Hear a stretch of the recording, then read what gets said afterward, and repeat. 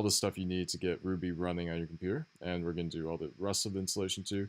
Do you mind if we... Oh yeah, here we go. Okay, great. Yeah. Okay. Do you mind if you get into open.appacademy.io? I believe that's it. Sure. Great. And so we're going to install a few things. The first thing we're going to install is Git. And so Git is a version control system, which means that it allows you to basically save your code as you change it over time and save those changes so that, you know, if you make mistakes in your code, you can like go back and you can kind of reload your old code, just if you're playing like a save game or some shit, right? A game and you have like a bunch of save game files and all that. But and then other things that you can do are collaborate with other people, and they can like pull your kind of code, so you can all work on the same code at the same time. And then in the future, you can merge all your code back together and all this stuff. But so Awesome. oops, let's see, where are you right now?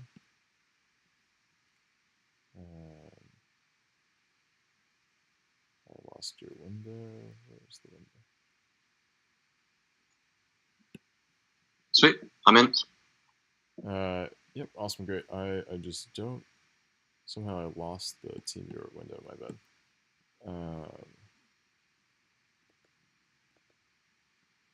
Let's see. And then the... one second.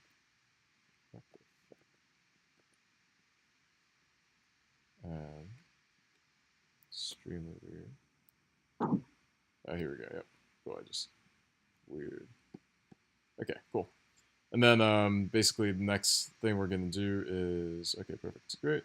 Prepare your machine. We're going to install Git first, and then we're going to install RBENV, which is like another kind of like environment manager for Ruby. And I was telling Jeffrey about this earlier, but basically, you know, it allows you to... let's get your terminal going here. Run different versions of Ruby. So, for example, if you're, you know, working on code that's really old from some company that like has been working on this for like 10 years ago or some shit, right? You might be running a version of Ruby for that code that no longer is compatible with a current version of Ruby. So you, in the future, may have to run like different versions of Ruby.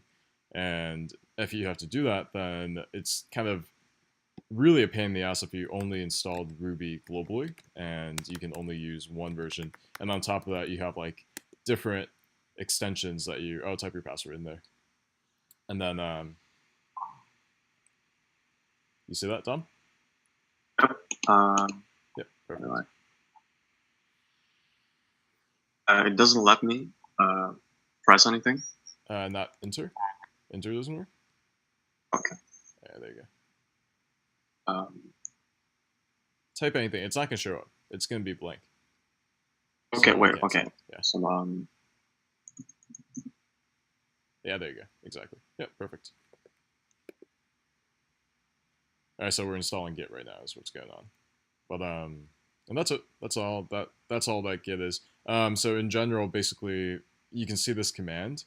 Sudo stands for super user do, and basically it lets you just like do things that only the admin should be allowed to do, like install like new applications and things like that, right? And so what we did was this apt command, which is like this general catch-all. In the past, you had a bunch of different commands like apt hyphen get and like remove and things, uninstall or whatever it's called, update and so forth. But right now they like just revamped it all, and they just have an apt method that you can use for everything. And you type the install kind of a command to it, and then you're installing git all, which is the kind of program that you're installing. And once you get this program, you can just run things directly like git. And so we're going to do that in a second. But yeah, this is how you'll generally start installing things in the future for Linux. And the next thing we're going to install is Ruby environment, like manager thing, RBENV, right? Ruby environment. And that will allow you to basically install many different versions of Ruby, and each of those versions can have different kind of packages that you've installed with it, right? They're called gems in Ruby, and gems are also just like applications. And all these things that you type in the terminal are going to be commands either for bash, which is like the shell command line language that your terminal runs, where you can do things like cd for change directory, or li or ls for like list files in your directory and so forth. And you'll get really used to that in the future. But you can also create your own commands. And so, for example, you'll see soon we're gonna install. You know what? Why don't we just do it now while we're waiting for this? Let's go install Visual Studio Code. And once you install Visual Studio Code, your caps lock is on here for some reason. It's weird, but you'll be able to. Let's see. Just open it right now. Okay, perfect. That's all done. Good. We got Git, and let's go back to app. Okay, awesome. So now you can see we can use this git command, right? So this is like an application that we like installed, by which, I mean, it's like a program, right? Just like Google Chrome or just like Discord or anything else. It's a program, and okay, type your password there.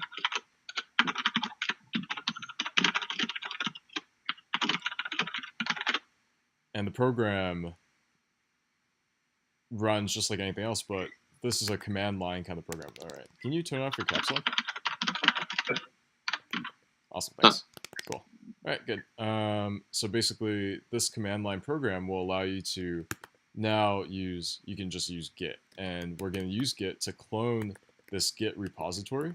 And so clone is like download, basically, but it allows you to basically just clone or copy everything in a Git repository to the path that you specify. And so right now we're saying copy everything from that link into the .rbenv folder in your main user directory, which is specified by this little tilde sign. And so there, this is your DOM at, this is where you are right now, right? And we could actually cd into, and things with a dot before them are actually hidden folders, but you can cd into it if you just, so you can see it didn't show up there when we did ls to list everything, but you can see that you can see everything in here, and it does indeed exist if you actually just know that it exists and can directly cd into it. But anyway, so now that we have this, this is like we just cloned a repository which stores all the program code for another application called rbenv. And now we're going to allow you to actually run this application. And so how do we let you run this application? Well, there's a thing called the path in Linux. And the path is what your command line terminal will actually like search in order to find where it should try to find the existence of a command. And so these are all the places right now where if you type any command like git or code, for example, code now opens Visual Studio Code. So that's a new kind of a command that we just installed when we installed Visual Studio Code. It kind of did that automatically for us. And so this is nice because it allows us to use it for a future purpose, which is this bash rc file. Okay, so this is a file where you can edit your path in the future. And so you want to edit your path if you want to add new folder directories where you're going to want to search when you type a command like rbenv is the command that we're later going to run. If you type this now, it says command rbenv is not found. And so you can install it with sudo apt install rbenv, but that gives you a system-wide install, right? We don't want a system-wide install. We want to do a very specific install. So for example, this will get you the latest version of rbenv without requiring a system-wide install, right? So we don't want to just like install that command directly. If we did this, then we could type rbenv. Remember, this is what we did for git, right? And now we can do like the git command, right? And we type that. But we don't want to do that. We're doing this manually now. So let's see. How do we do this manually? Well, we would need to tell our path. We would need to add to the path the place where the rbenv executable file lives. And so if we cd again into rbenv bin, and then we take a look here, you can see this is a file in here. And we can actually just run rbenv directly in here if we did, let's see. Let me see if I can do that. I don't know that this, okay. But we could, let's see. Let me see if I can run this directly.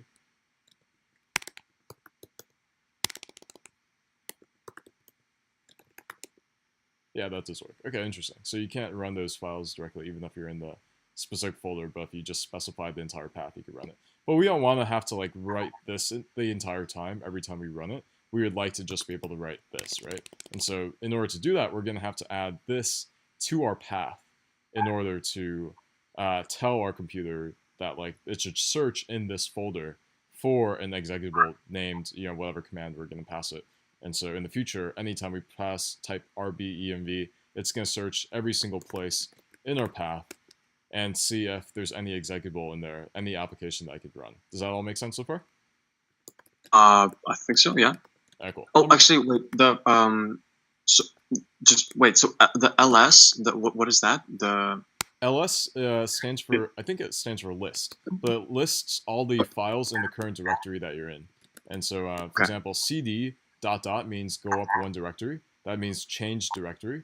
And this shows you all the files in here. So this is like a terminal way to have a folder viewer, right? Like a file viewer. Like normally, on like Windows or something, right? You just have like in your little folder screen, like all the on your desktop, right? There are a bunch of files, right? In like your downloads file folder, there are a bunch of files, right? That all makes sense so far? And yeah, this just shows you in the same exact way all these folders, right? So you see these are all folders. And we could like cd into any of these folders, right? Downloads. And then we could see what's in there. And those are the things you download incidentally, right? Does that all make sense? And then we can do like remove. And this will actually remove that. But, oh, it doesn't exist, right? So actually we need to do this.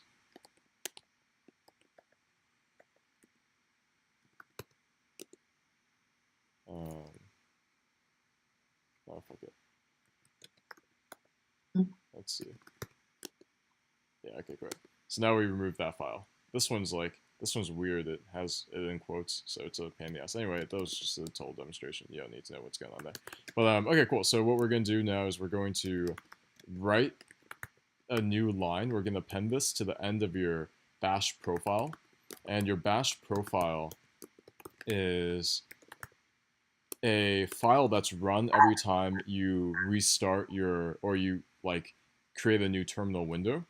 Your bash profile tells your terminal, and really your bash kind of command line language that runs when you do this, what commands it should run automatically at the beginning of every single kind of terminal session that you do. This is the terminal that we're in right now, right? And we can actually take a look at that bash profile and see what it did. See what we just did. So if you can look at this line, echo means like basically print this line to either the screen, or if you specified this like these two like greater than signs, print it to a file. So we printed that line into the file. And so what does that do? Let's take a look at this file. You can see we use code, right? That's a Visual Studio Code, right? And so it says open this file in Visual Studio Code. And so now we're in here. And you can see at the very bottom there, now there's this new line that we just echoed in here, right? Does that all make sense so far? Yeah. And so, okay, so this new line, what does this new line do? Well, this new line says export the path, and the path, again, is this thing that we were talking about, right? The path variable. And in there, let's put a new path that we should look where when we run any command, we should try to see if there's the file that we want in that command. And it says the new path should actually be the old path with this this new kind of directory in front of everything else. So now let's see. Okay, remember this is our old path right here, right? So why don't we do this? We're going to source our bash file again, and this is going to reload it so that all the things in here are run again, right? Everything in here is run. Now we can take a look, and then we can see these change, right? So now we have home dom, RBEMV, bin, and then you can see everything else is there, right? And if you look at the code again, right, it kind of makes sense why that's the case, right? And you can actually just press the up arrow to do commands that you did before. Anyway, if you look at our code again, right, it says now the path should be whatever the path was before plus this in front, right? And that's exactly what we see. That all makes sense so far? Not entirely. Wait, can you go back to the code thingy? Yep. Wait, so So think of this logically, I mean, just as if you were like in any other programming language, right? Bash is a programming language, so this is a variable. Okay, variables in Bash are specified by a $sign in front of them. Okay, does that make okay, sense so far? Okay, so this was the path before, right? You see this path? yeah. Yeah. Okay. So Wait, so basically, what happened is this says export path means like make the path equal to. It's like when you say like a variable equals variable plus one, right? Does Yeah. that make sense? In this case, it's something like Okay. this, right? We're saying path equals new path plus old path, right? And that's exactly what's happening here, right? This is the new And path that we're appending to the old path. Does that make sense? oh yes, what is the path itself? Like again, the The path like is what you're. Okay, so remember before we did RBEMV, right? And it said command not found, right? Like you need to. Do you remember that? We went up in here and we ran RBENV, and it says command not found, right? Like right here, command RBEMV not found can be installed with yeah, this. Yeah. So it didn't find the command. Why?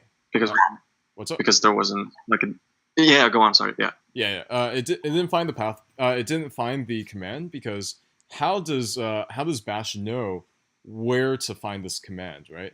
It looks inside the path, basically, right? It looks inside the path and it says, okay, is there like some program with that command, with that name, right, that we're typing somewhere inside the path, right? And there wasn't before, right? Because that program is in home/dom .rbenv.bin, right? Does that make sense? So we can actually cd in there home dom.rbenv bin. And we can see again, right? rbenv is in there. And so when we add it to the path, now it knows that this actually does exist. And you can see it shows up here. Does that make sense? Okay. Yeah. Yep. Okay, cool. Awesome. So that's what we did with the path. That all good so far? Yep. Awesome. Okay, cool.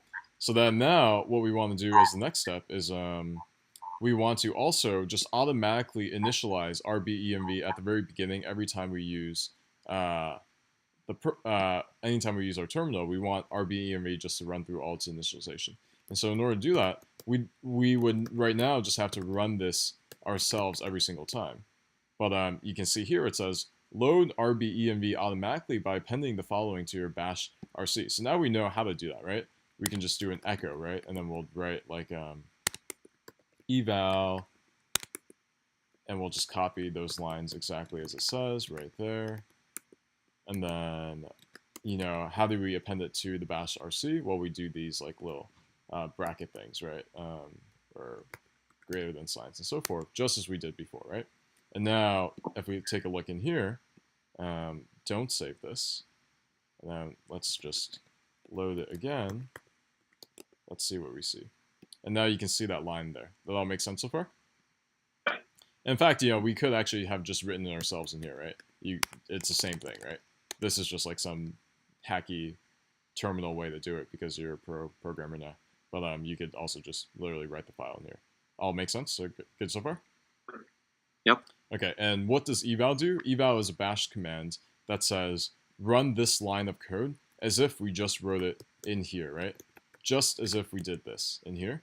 It's going to run this code, okay? And it's just going to run it. Again, this file is just bash program code that runs every time you open up the terminal window, okay? So every time you open up a new terminal window, it's going to run all that stuff in there, okay? So I open up a new terminal window, and behind the scenes, when this happens, it says run bash RC. Does that make sense? Run all the commands in there. Yeah. Make sense? Okay, great. And then so it just ran all the commands in here. And so now you'll note that because we added these last commands in here, it actually initialized RBEMV for us. And so if RBEMV is initialized for us, we can now run this right here, And this is a Ruby doctor script that basically checks that everything was indeed. You see here, restart your shell so that path changes take effect. Opening a new terminal tab will usually do it. You could also do source, right, like we did before, which would run the like code in that file again. But anyway, all right. So now we have to install curl first. You mind adding your password in there? Type your password. Awesome, perfect, great. And so curl again is another command, right?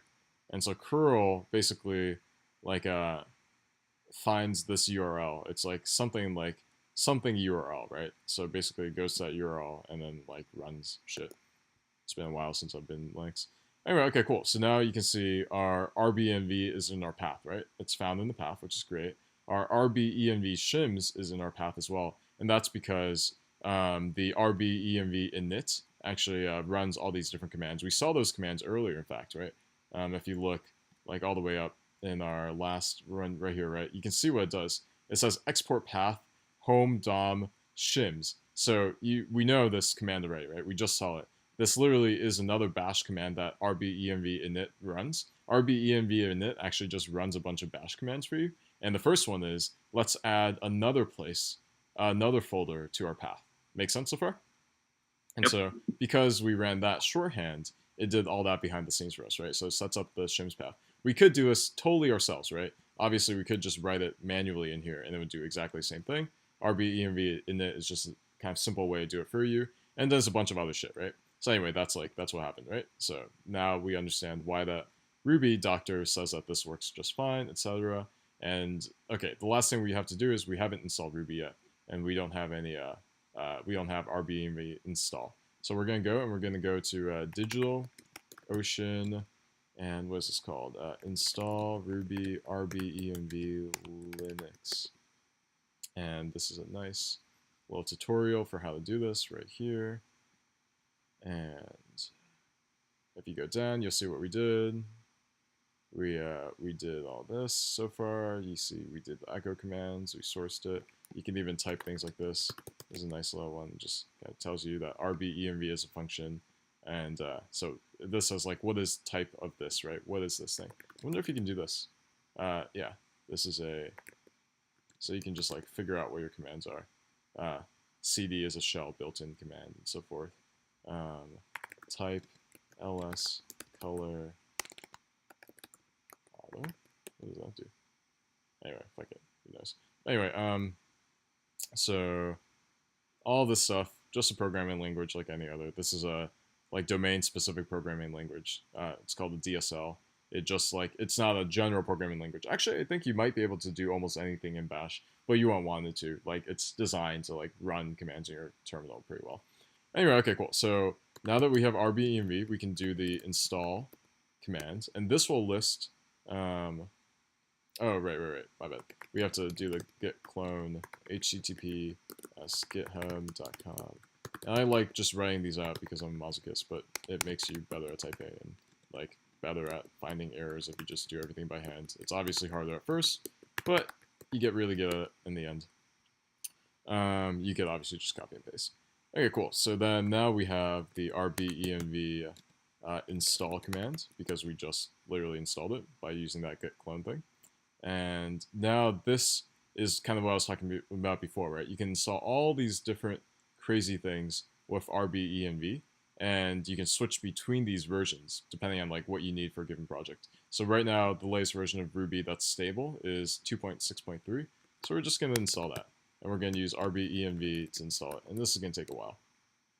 So it's going to download all Ruby, and it's going to install Ruby, and now you're going to have Ruby on your computer. And then after that, what we're going to do is a few more commands where we're going to set it to global, where we're going to do RBENV. Whoa. Oh, right. You have some errors in here. Okay, let's see. Build failed. Inspector clean up the working tree. Log. Check configure error. No acceptable C compiler. Found in path. Wow, I haven't seen that one before. No acceptable. So this is a great thing. You just Google shit when you can't figure out what's going on. And someone has always dealt with this problem before. So let's see what's going on. Wow, the GCC compiler is in your path. So why don't we install the GCC compiler? So Ruby is actually made with, and you're on the Debian system, right? So we just do sudo apt install build essential. But that's shocking that you wouldn't have GCC. That makes no sense to me. Let's see if this works. But anyway, long story short, GCC is a C compiler, and C is the low-level programming language in which Ruby is written. And so actually all Ruby commands, if you take a look at like Ruby documentation, you'll see that all of the commands, all the methods that you've been using have actually been programmed and written in C. And so you can actually write C code in Ruby. So for example, let's take a look at like the any method in here, right? And then you see this cool button says click toggle source. You can see that this is the C code in which Ruby is implemented. And so in order to compile Ruby from source, you actually need C as a you need a compiler to compile C, right? Because C is what Ruby is built on, if that makes sense. So anyway, that's what's going on right now. But for some reason, your Ubuntu did not come with one, which is like kind of nuts to me. Let's see if that solves the issue. Okay, cool. So we'll run that again. We'll probably get some other error. There are a ton of errors that happen here. This is why it's just more helpful for me to do it. But anyway, so right here we can see this is the each method in C. And so you don't know C yet, right? But actually it's like it's pretty easy to read. It's shocking. Like people think C is like a hard language. It's not that hard, right? Actually like CS50 at Harvard, which is the first like official programming course I took, is actually taught in C. And it's actually like really easy to get. What's up? What'd you say? Yeah. Oh, you did the course. Because I saw it. I think when I first kind of heard about just programming in general, I think or like a couple of years ago maybe, I was like looking through those videos a little bit, not like super seriously, but you went through the actual course, like the C50 Harvard.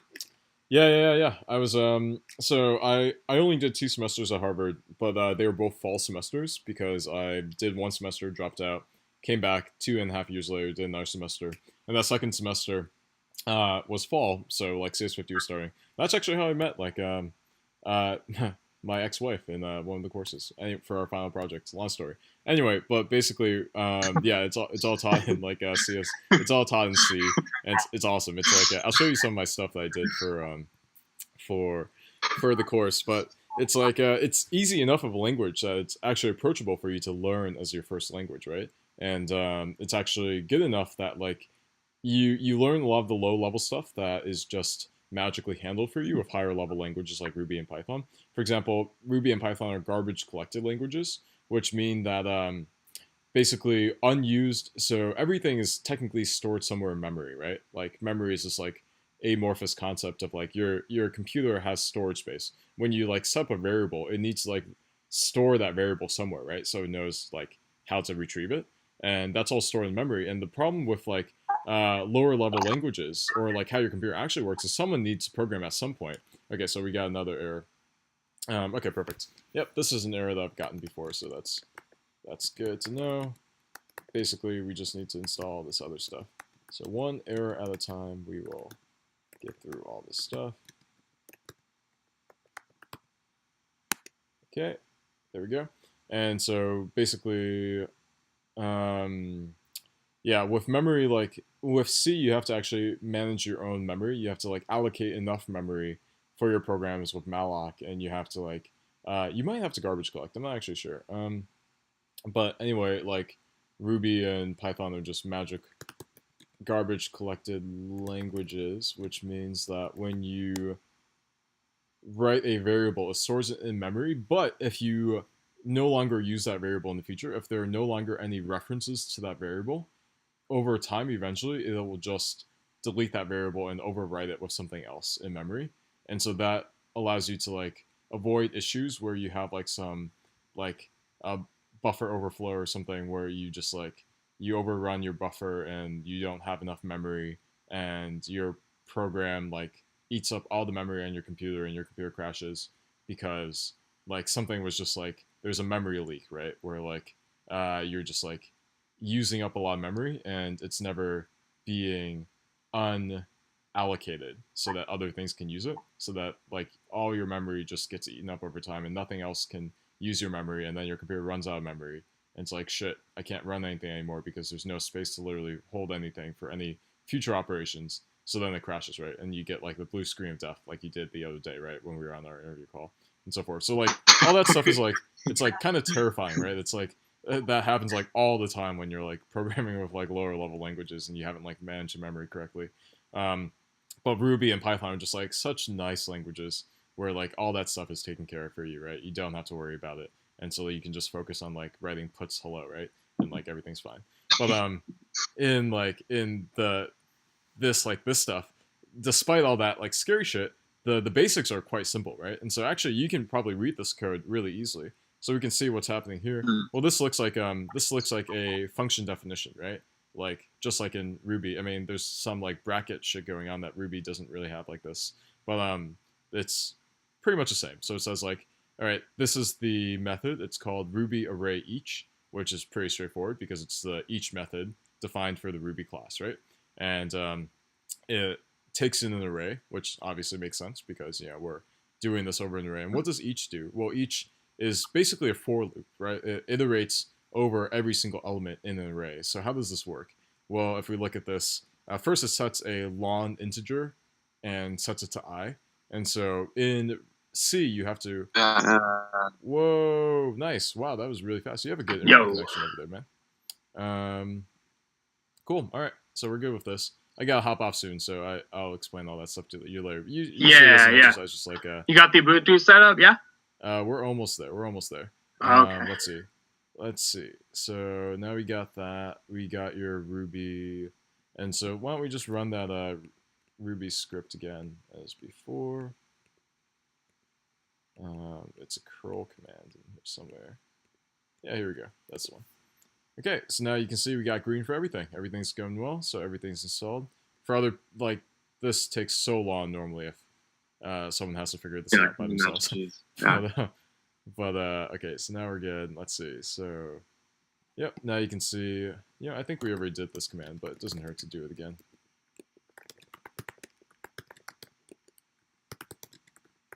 So now you can see we're running Ruby 2.6.3 P62, right? And it's actually being loaded from the RBENV shims Ruby, and so that means like your RBENV like automatically manages which current version of Ruby you should be running in like the shims folder that it has, right? And so it like swaps between the versions for you, which is quite nice. So that's why we want to use RBENV. But anyway, you're all done. The last thing is we're going to install some gems over here. So we're going to do gem install bundler pry bybug. And so gem is, if you might imagine, another program. And it's like the App Store, right? If you think of like the App Store for your phone or some shit, right? Like that's a program, right? But it's a program that installs other programs. And so that's what the gem is. It's like it's a gem store basically, right? It's like it installs other programs with the install command. And so here we installed 3 different programs, right? Bundler is a nice little other program that kind of manages all the other programs that you have. And so Bundler manages the gems. Gems are programs that are Ruby programs that help you with Ruby. And then pry is a REPL. It's a read, evaluate, print loop. And so basically, if you type pry, now you have access to that command, right? We install these like globally. And so, actually, you can see where it is. It's in your shims, right? You can see where gems is. It's in your shims. You can see where all these programs are, right? They're all in your shims, in your rubies. But anyway, so pry, now when you run it, but this, remember, this is now in our path, right? That's why these commands work, because you can see in our path, you've got access to the shims, right? So now, magically, every time you use any of these, they work, right? Does it all make sense so far? Mm-hmm. Yep. So in here, you can just go ahead and you do puts hello, right? You can run your Ruby code. You can do hi dom name, and then you may have used pry before. I'm not sure. Puts name, and then this doesn't actually do hi dom. It can say hi Ben, and like it runs your code and so forth, right? So that's a nice way to just like run your code. There's some pretty amazing stuff you can do like this ls array. and this will actually show you like list. Remember, is kind of like that thing that we saw, right? With this, but shows you all the methods for all this stuff. Isn't that fucking dope? So you can do like That sounds good. Hey. Yep. So it's super useful, right? Anyway, Pry is just a really good Ruby interpreter. IRB is the kind of built-in one. It's just really shit in like displaying things in the same way. Like anyway, yeah, fuck it, it doesn't matter. But yeah, just use Pry. And then ByBug is this amazing program, right, that helps you debug things. There's another video I made when it was per program for Angela that went through kind of how to use that. But anyway, okay, you're totally set, man. You're good. You're good to go. You want to get some programming in? Thank you. Yep, totally, man. So much. Yeah, we gotta do that whiteboard problems. Yeah, do that whiteboard